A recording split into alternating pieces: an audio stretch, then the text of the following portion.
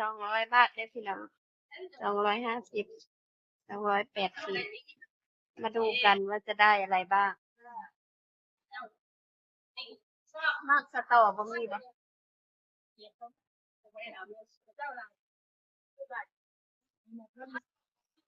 เบ้มากสตอบ่มีบ่คือบ้านเจ้าที่ดีไม่แห้งก็คือว่าเจ้าที่ดีรวมสมบูรณ์แล้วก็หมายแม่ซื้อมากอ้าว กระนุ่มเมื่อมาเพื่อ ไม่ใหญ่ขายนี่ประมาณมัน เป็นทำเรียนนี้ อยู่ทั่วละเตาอยู่บ่เบ๊ะเอาแน่30 บาทโอเคมาเลย มากสตอเจ้าบ่มีบ่ บ่มีจ้า เอาทั่วละเตานี่ก็ได้ได้เท่าไหร่เนี่ย ถ้าเรียน เท่าไหร่ ได้ สาม ขีดครึ่ง อีกบ่เท่าไหร่เนี่ยอ่ะกดเกิดเลยแล้วออกเด้อ ครับพี่น้อง มวยคนละครึ่ง ร้านขนมไทย ร้านดังที่สุดในตลาดนะคะ มีเจ้าเดียว แย่งกันซื้อนะมาไม่ทันอ่ะ ร้านนี้นะปักหมุดร้านดังเลย ไม่ใหญ่อันนี้ไปใส่ โอ้คือมัน บอกโอ้มียุทธน้องคุณนายนะ ใช่ค่ะใช่ก็เป็นเรื่อง ตลาดสดบ่มีวะขนมไทยเด้อพี่น้อง บวกกับอันนั้นเป็นไว้นี่เป็น115จ้ะเป็น160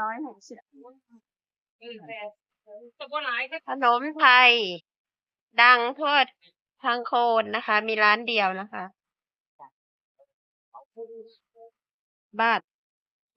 น่ากินมากเลยโรตีกรอบทำเองบ่หรือสั่งในเน็ต สั่งมาค่ะ สั่งมา มีแต่พวกนี้เนาะเอ็ดเองเนาะ อันนี้ก็ความเผ็ดดี แม่นบ่ แม่น ของเพชรบุรีเพิ่นสั่งมาขายเองไป โอเคค่ะแม่นี่แต่ มักส้มเด้อพี่น้องส้วมวิตามินซีนะจ๊ะวิตามินซี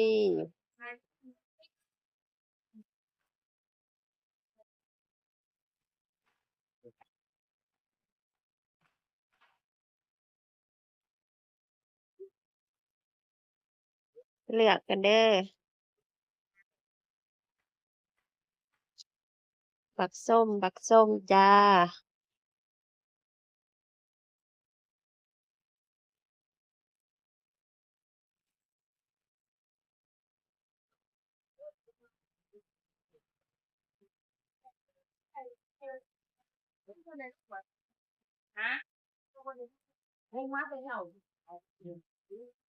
ติวมือแล้วบัดนี้เผือกกิโลละ60บ่นางเผือกนี่ เงินเดี๋ยวมันไปถึงแล้วเนี่ย บ่มาใหม่เด้เนาะขายส่งกระสอบละเท่าไหร่เนี่ย สอบละ300 300เดี๋ยวเด้อ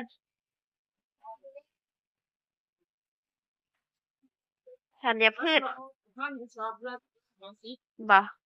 ธัญพืช เอามักสตอนะโอ้เอื้อยหาพอดีเหลือถุงสุดท้ายพอดี เอา50 50อันนั้นของเอื้อย อันนี้ของยาย เดี๋ยวเอื้อยจ่ายต่างหากมีจ่ายอยู่ นะคะทุกคน ของแห้งฤดูร้อน มะม่วงสดๆ3ฤดูเลยเนาะ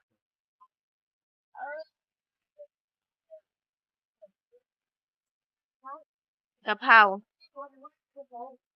หนังเค็มหนังงัว อาหารพื้นบ้านนะคะ ตลาดตอนบ่าย2บ่าย3นะคะ ผลไม้มะกล้วยแบบนี้หวานได้เนี่ยสีสันมันนี่หวานมาก ถึงแม้เขาจะไม่สวยแต่เขาหวานมากพูดเผือกแตงไทย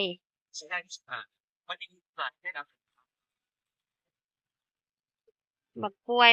ย ฉันจะลงมาเลยแมรี่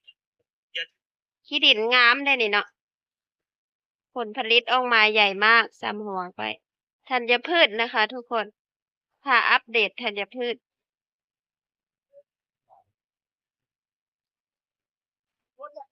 เราจะไปซื้อเนื้อต่อนะคะ มาดูกันว่าได้อะไรบ้าง งบ400นะมังมากระโตนมากระโตน เราปลูกเองเอ็ดเองได้นี่เราขายถูกมากเลยร้านเรา เริ่มต้น10 บาท20 บาทเอง มังม่วงเราก็โลละ20 บาทนะ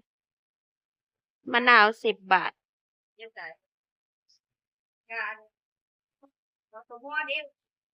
ผักหวานก็ยังมีอยู่5 กรัม100 บาทบัดนี้มังมี่เราเป็นตาแซ่บขนาดมะขนุนนะคะผลไม้ฤดูร้อน นี่ร้านหลานนะ9 บาท ผลไม้ฤดูร้อนปลูกเองขายเองเนาะเบะ พ่อแม่นี่ดูร้านนี่นะ นะคะเมื่อแล้วเนาะแม่ใหญ่นี่ขายดีเมื่อแล้ว ฮะรออยู่หันกล้วย นี่ละ20 บาทนะข้าวโพดก็20 บาทเอาไปตำกินนะตำข้าวโพดเนาะ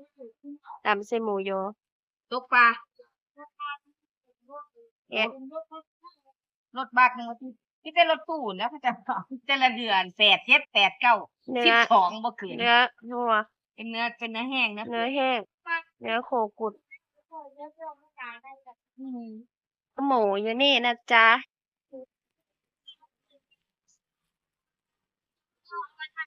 อันนี้เป็นเนื้อไก่ เอาเนื้อหมูนะจ๊ะขอถ่ายเด้อ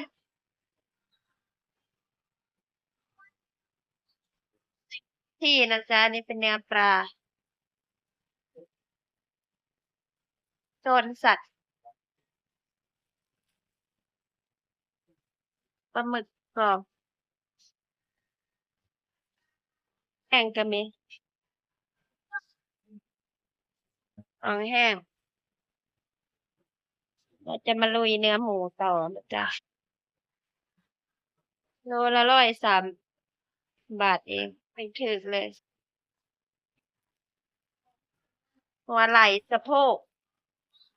สันคอ35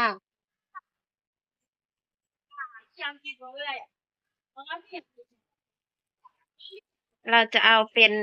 เนื้อสันคอหรือหัวไหล่ดีวะ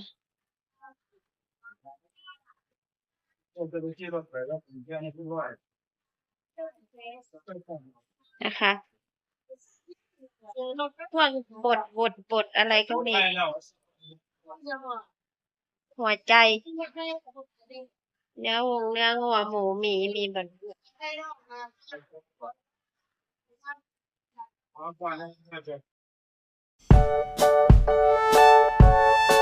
ื้อหมูสัตว์สะโพกนะจ๊ะสะโพกค่ะ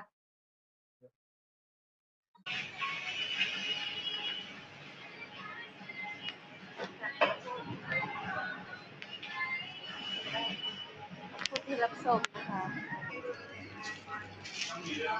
ค่ะได้แล้วของ CP นะคะ